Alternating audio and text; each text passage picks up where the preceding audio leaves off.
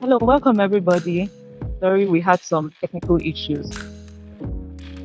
Beautiful Monday to everyone. Really apologize, but hopefully we have everything sorted. So my name is Fatima, and I'm the audience engagement lead at Crime Progress Nigeria, and I'll be moderating this amazing event. And so here at Crime Progress, we're a solution-focused media platform, and we're documenting how people are responding and solving social problems. Today, which is July 16th, as you all know, we're celebrating World Youth Skills by highlighting key figures to provide young people an opportunity to rise. And so here's some stats for you. 600 million new jobs are needed in the next 15 years to meet youth employment needs. And the youth population is expected to grow by 78 million between 2021 and 2030, with most of that population growth being in third world countries and low income countries, right? So we need education and training systems that will adapt and help us meet this new challenge. And so, as a solution journalism platform, today we'll be talking about those solutions and hopefully we'll be inspiring you to replicate this. So joining me today is Mr. Mohammed Auwal. He's the founder of Go Diary, an e-learning platform that teaches digital skills for self-reliance in household language. Very interesting. And we'll be having Maryam Sambo. She's the founder of Little Gifted Hands Matter Initiative. Maryam Sambo is a business consultant with 5 years experience, specializing in management, human capacity, training in the hospitality industry. So, Mr. Awal, it's pleased to meet you actually. How are you doing? Hello, thank you so much. Can you hear me, please? Yes. Hello, can you hear me? Can you hear me? Yes, I can hear you. All right. Yes, Thank you so much for this. I can hear you. All right. Thank you so much for this wonderful event. I'm very grateful to be here. Um, okay. I'm very grateful to be here to join you on this Youth Skill Day. It is very good to be like I feel enjoyed to be invited to this wonderful event because there are so many things that we would like to discuss and to share to our fellow youths, which will help us like get interest about learning these skills, especially the ones we are doing in Florida. Yeah, amazing work you're doing, actually. So my first question for you is, what inspired you to create this amazing e-learning platform? And how did you come up with this idea to teach digital skills in Hausa language? All right, this is a good question. First of all, let me say three things drag our attention to create Florida. Firstly, there's this language barrier. Most of online user generated content are in the English language.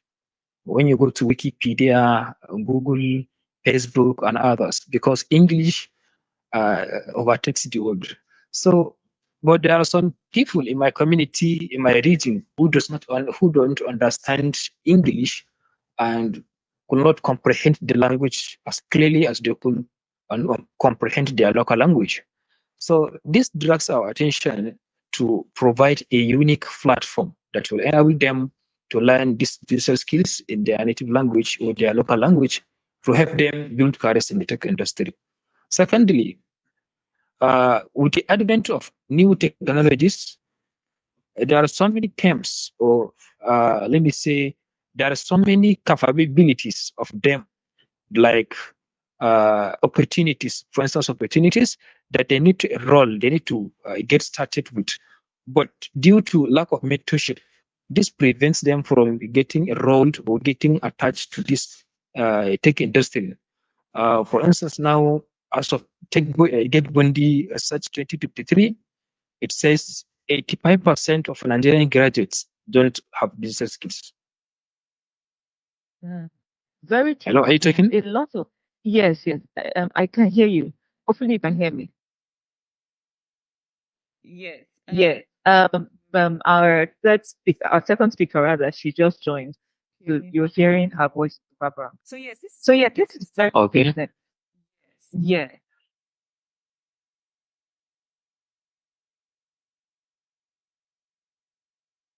Okay, so I will just continue. So yeah, this is very interesting because there's so much information out there, and if you are an individual who can only speak a certain language, let's say Hausa language, for example, it might kind of cut you off from accessing those important tools that you need. So my next question here is, can you share some experience with the whole process of building Flow Diary?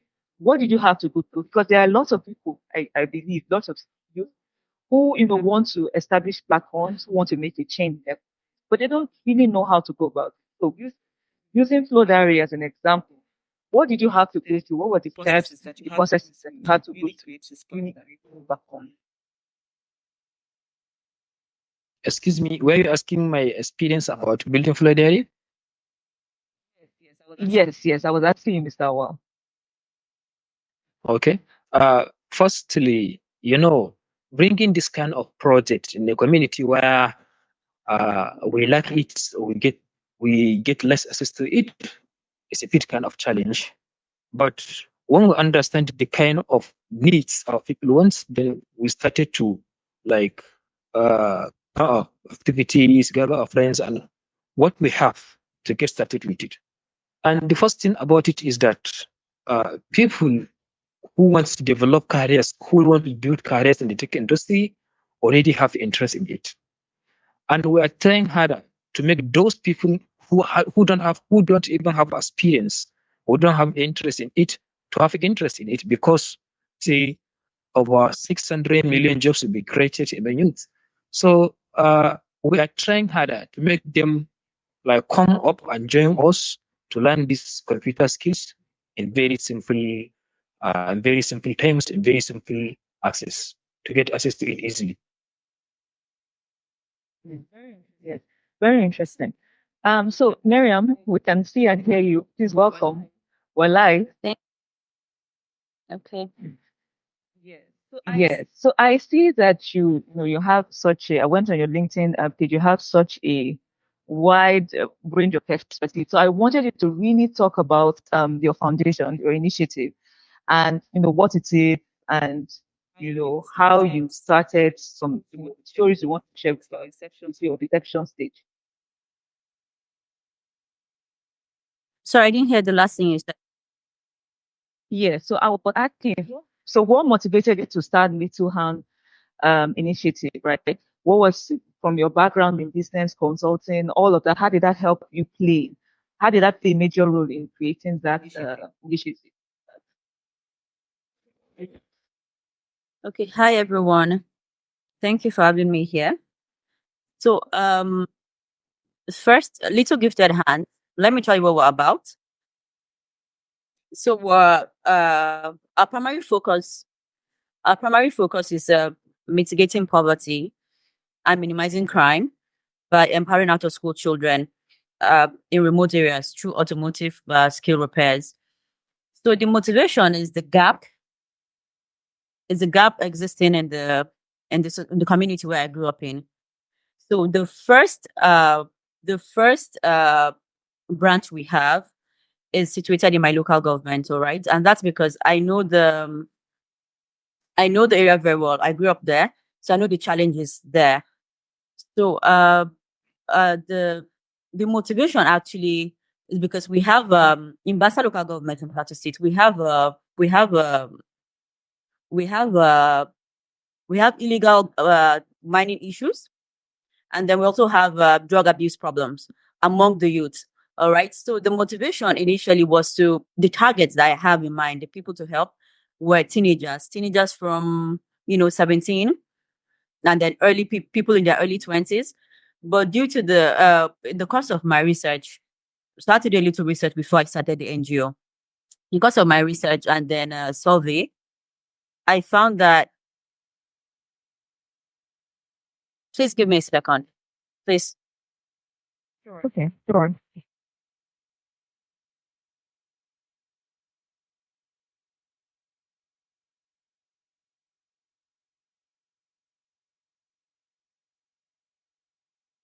Oh my. Okay. Can you hear me? Yes, we can hear you. Yeah, okay. So during the course of the research, and the background, survey, everything, I found that the teenagers in the area who are already used to earning, right, illegally, they're already used to earning money illegally. And then, I mean, they already have an alcohol problem. So they will not be rescued. They already, all their interest is money and not, you don't, not something, not legal work, basically. So I had to find a different target. So that's why I had to go for I had to go for boys 7 to 13, and then girls 8 to 15. So the motivation basically is the gap that was there, you know. So and then also being someone who has been doing business and then consulting for a long time, it, I didn't just start the nonprofit blindly. I know how to go about it, which was why I had to do a background, a survey, and all that. I put everything together even before I started. So yeah, so that helped inform me what I'm, getting myself to. Yes, very interesting, especially with the age range you decide to work with and then your background. But can you share with us, were there any challenges to experience? Of course, I know that starting off anything. diff- So, what challenges did you face? Major it's funding, to be honest. The major challenge is funding because I mean I'm funding from my pocket. I've been doing this for a year and then it's all from my pocket. And then also another challenge would be the relapse of the beneficiaries. So I'm dealing with rural children and then, with their parents who don't see the need for this kind of initiative, but myself knowing better, so I try to educate the parents and the children because the parents would actually prefer that their children are, bringing in money every day, hawking. So for the little children, the challenge I've had with them is they're into hawking and then farming for money. So somebody comes, takes the children, takes to their farms, then they farm and they pay the children, all right, and then the illegal mining that they go daily. So that brings them money on a daily. But now taking those children and then uh, uh, enrolling them into a program to learn, which the automotive training lasts the course of 5 years.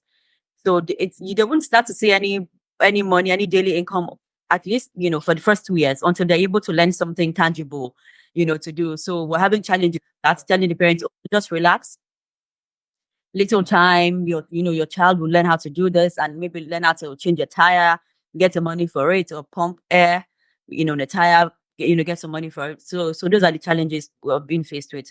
Parents, children, so who are used to money, and then funding that Yeah, it's funding not of the coming. source of it. Yeah. So, how do you overcome this challenge? I'm curious. So, you said you had a conversation with the parents and the community, I guess. But were there any Yeah. other things you did to sort of solve this problem? Okay. I involve the community. I mean, the community leaders as well. Um, uh, Traditional leaders, spiritual leaders, pastors, imams. So I go to them. I'm like, okay, I'm doing this thing for the good of the community. So in church, at the mosque, I need you to keep, encouraging these parents and then, lecture them on the need for their children to be in this program because I mean, you have 7-year-old digging in the tin mining and everything, that ages them. It's the hazards of it. So I tell the community leaders like, oh, this is how you go about it. Tell the parents also, and then try to shame them as well. Any parents who engages their children into child labor, should be shamed. So try to shame them in their places of worship in the community. So we also do that. So aside the spiritual leaders and then the community leaders, I go with my team. I have a team of volunteers who work with me, door to door. And then, we try to engage the parents and friendly communication and then try to understand where they're coming from, to be honest. Because what we got to understand is it's not that the parents, these are poor people, all right? So it's not like they're looking for millions to buy cars or to be rich. No, they're just trying to look for. Obviously.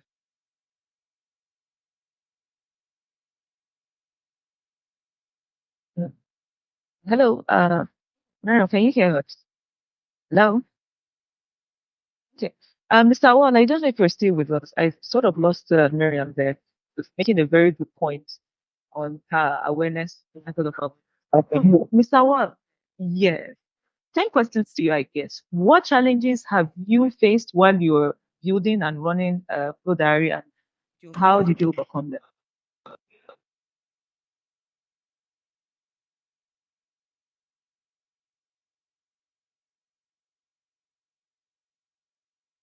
Can you please repeat the question? Yes. So I was asking what challenges you faced in the course of running uh, Flow Diary, and how you sort of managed and overcame those problems. You're asking about the problems we are facing at Florida. Yes. Yes. Yes, I was. All right. There's so many problems in any startup. For instance, now getting started from early stage.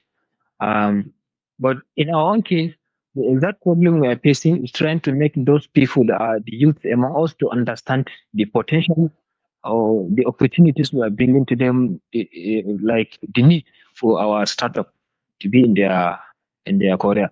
So now there are so many challenges we are facing apart from this problem that likely the youth that need this kind of skills. And the second thing is that our youths are eager to make money quickly. But what we are doing is that we are not teaching them how to make money. We're not teaching them the skills that they need. We are only teaching them the skills that they need to build their careers in the tech industry.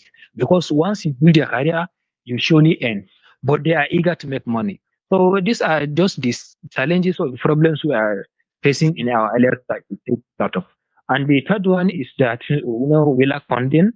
As an earlier stage startup, we need funding to raise our ideas to get to other people to get to know what we are doing and help them roll to lighten our system about it. So these are just the challenges and the problems we are facing at the area.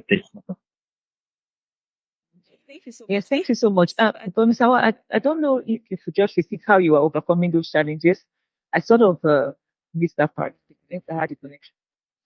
So how you were solving the challenges you mentioned? Registration? What? Yes, how you are solving this problem for Flow Diary. Oh, I'm sorry, I can't hear you clearly. oh, dear. Uh, can you hear me now? Yeah, I can hear you now. Okay. So I was asking the way you overcome those problems that you mentioned. Okay. The first step we are taking to overcome the problems is that we are still taking parts to enlighten our brothers and sisters about what we are doing. The first problem is about enlightenment, and the second thing about to put an end to this quick money scheme is that we are also trying to make them understand that Upload Dairy does not give them opportunity to be just come. It's not an investment scheme. It's not a quick get rich quick scheme.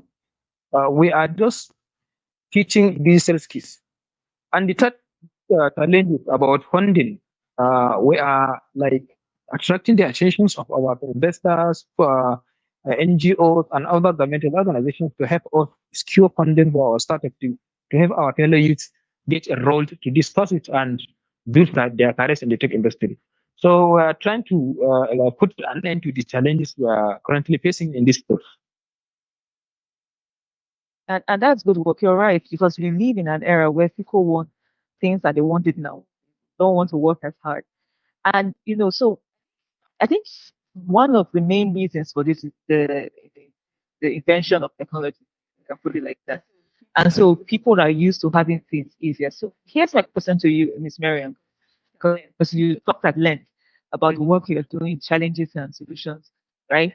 But I just want to ask in a global scale, right? What role do you think technology plays in developing the skills of, let's say, Nigerian? And how do you think they can specifically leverage technology to maximize their benefits for their future success? Sorry, if I get you correctly, is it narrowed down to Nigerian youth or little gifted hands matter? Okay, we could start with Nigeria because we're here, and then if you want to talk on the from a global perspective, I think that's fine. Okay, so how technology can impact their what knowledge, their learning? Yeah, yeah. So how can youth use technology? Because it's saying technology is at the center of everything. It's at the center of how we communicate. It's at the center of how we learn. It's at the center of how we make money, right? sort of the cornerstone to everything these days.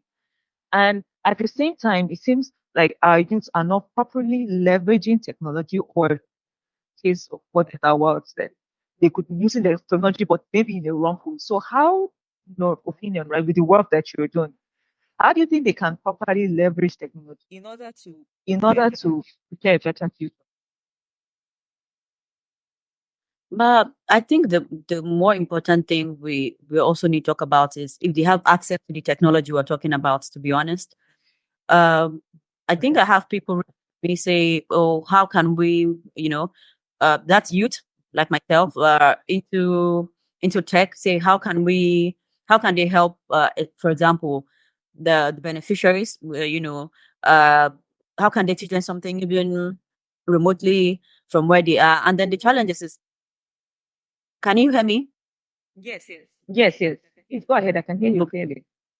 Okay. So first off, language, right? We have barriers that we cannot even. Language is a barrier. So if you want to, it's not like we have the children I'm dealing with. They're from Plateau, right? And then some of them, as common as Hausa is in the north, middle belt, they don't understand Hausa. So there are people who offer to work with me, partner with me to teach them something from where they are, on a screen. But now language is a barrier, and then even connection is a barrier, like internet connection. Mostly, but like when I go there to work in the field, sometimes I don't have connection for days. All right, so there are challenges. So aside that, the youth are not leveraging on technology to to learn this and that. We have barriers that it's above them. So for me, there's language, there's bad internet connection, and then So, for other youths though, Yeah. anyway, for other youth, other places, I think it's what's the word I'm looking for? There has to be orientation, right? There has to be orientation on the need for technology and all that. There has to be orientation first, because for now in Nigeria, people take tech to just be, social media. That's all. That's where it stops at. So there has to be some form of orientation for them, the need, and then how it can impact their lives, and there has to be orientation first before we start to do anything else. So that has to be infused from our from our primary schools, I think. Yes, I 100% agree with you, because sometimes the broader question is what how readily available is it, right? And like you said, even though everybody has a smartphone, most people are using smartphones here on social media, so they should have access to this information, but because of language, they don't. And I think that is one of the things that we are prime focus trying. We're trying to sort of bridge the gap, even with the program we're doing now, making sure that people have technology right. They somehow are able, we're able to help them navigate their way into into a situation where they can better use technology, give them better opportunities. So, Mr. Well, same question, because you have flow diary, right, which is a prominently or predominantly technology based company. So, what do you think are better ways that you can leverage technology to give them better opportunities?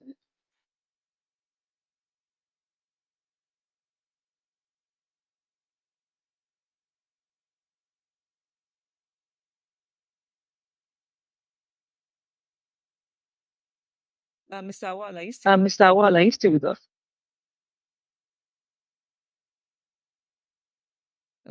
I apologize. I think we simply upload. So I'm going to be closing with just a short quote, some stats actually. And it says, youth unemployment is a major concern and it's often double the adult rate. African Development Bank Group reported that one-third African age 15 to 35 are unemployed or under, while Nigeria's current employment rate sits at about 5%, which is actually a lot higher than expected. Podcast was so I really want to thank our speakers, Miss Maryam, Sambo, and Auwal for an amazing session. And I don't know if you have any last words, Maryam.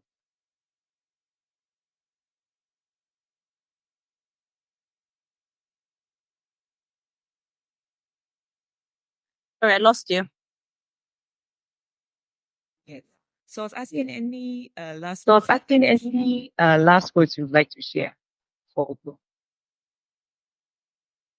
Any last words I'd like to share? Yes. Any last words you'd like to share before we Oh. close? Okay, just thank you for having me. And then honestly, more of this, and I think we should try to get as much youth to attend sessions like this. Probably pick a thing or two. You know, Yeah. I'm happy. I'm happy to. I'm happy you have. Thank you. Yes, thank you. Well said. I agree. We need more of people like you, Miss Miriam. I was really inspired when you said that funding your initiative out of pocket. That's really very commendable. And like I said, purpose of this session, one of the purpose of this session is to hopefully inspire us to create some of these solutions in our community. So thank you so much, Miss Miriam. Thank you, Mr. Mohammed. We kind of lost you there, but thank you so much. And I really hope that have another meeting.